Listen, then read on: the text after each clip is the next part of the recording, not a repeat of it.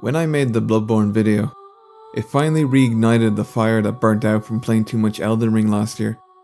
The sheer size of that game made me not want to continue once I completed it. But now I was ready to get back into a Souls game, and was very tempted to just replay Bloodborne.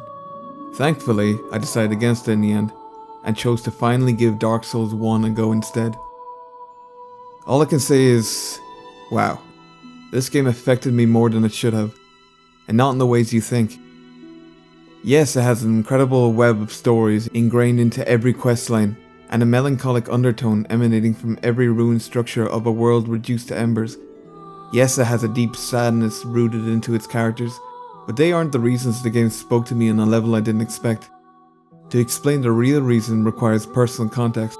I won't bore you with the details, but I'll give enough of the story to demonstrate my stance. 5 months ago now, I was in a vicious accident that was ridiculously close to being fatal. Due to many miracles that night, I got to live. I also got to keep my leg that the doctors weren't confident they could save. And the craziest thing is that although the damages to my body were major, none of them ended up being permanent. So in about a year or two from now, I'll be fully recovered. You're probably asking yourself, what the hell does this have to do with Dark Souls? Well, everything actually. You see, when the accident occurred, I was spared the trauma of remembering it. I can remember everything up until a few minutes before it happened. And because of that, none of it felt like it really happened. Which is great, right? I can't remember a disturbing event like that. Everything must be fine, right? I wish it was that easy. You see, the trauma from that night was hidden deep in my subconscious. And because my body was too preoccupied with survival, trying to make it through months of pain, the trauma just sat there in the back of my mind, waiting for the moment I was physically well enough to start thinking about other things again.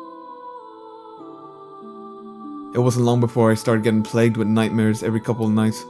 All of it was incomprehensible. How can I work through something I can't remember? It's like I'm fighting an invisible enemy in a foggy boss arena. This is where Dark Souls comes in. I started the game with childlike excitement, just glad I was experiencing a new game in a style I've come to love. Exploring to my heart's content, having fun with the combat, and just laughing with a couple of friends in some occasional co-op. But it's when I was in the second half of the game, I realized something else was happening behind the scenes. Without any input from me, it seemed that from the very beginning, my mind was projecting my own personal trauma into the enemies of Dark Souls. My mind needed a representation of trauma as a visible enemy. It needed a challenge to overcome, and that challenge, whether I realized it or not, became Dark Souls. That may sound insane, but my mind has always worked in mysterious ways like that. I can't explain it. The powerlessness I felt lying in the hospital for 2 months, then returning home but still not being able to walk, the lack of control over the environment around me, it all paralleled starting Dark Souls at level 1. The sheer powerlessness you feel trying to beat basic enemies and dying over and over, until eventually you turn the tide. Like how my recovery has entered the painless phase as I continue to regain control over my body. I can't believe I didn't realize what this game was doing until I was already halfway through. What should have been a great game about fulfilling a prophecy to become a Lord of Cinder became a playable metaphor of my own mental battle against a faceless enemy. And there's still people out there that think games shouldn't be considered art. What would they call this? This was better therapy than anything.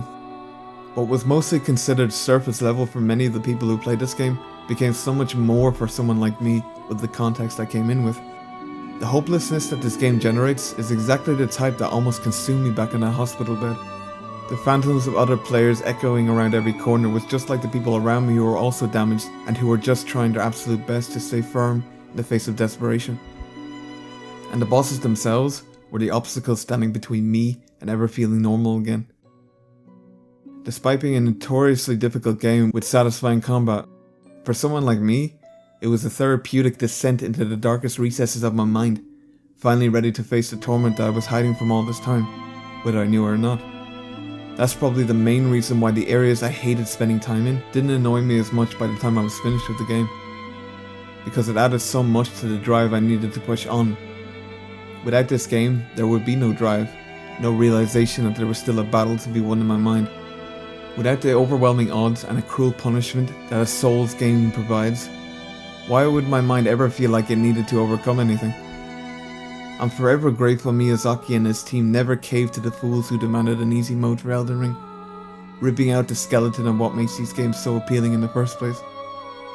Now more than ever, I understand the importance of a fixed difficulty, a high risk, high reward challenge that stimulates every speck of coordination from your brain.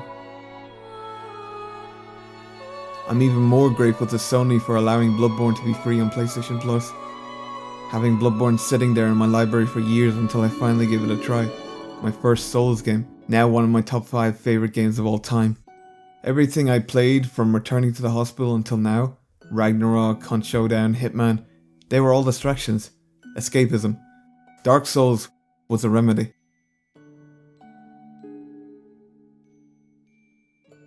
Thanks for watching. I'll be taking a short break from creating videos. It'll be a couple of weeks probably.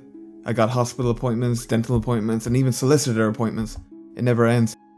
But thanks for sticking around anyway. I'll see you in the next video.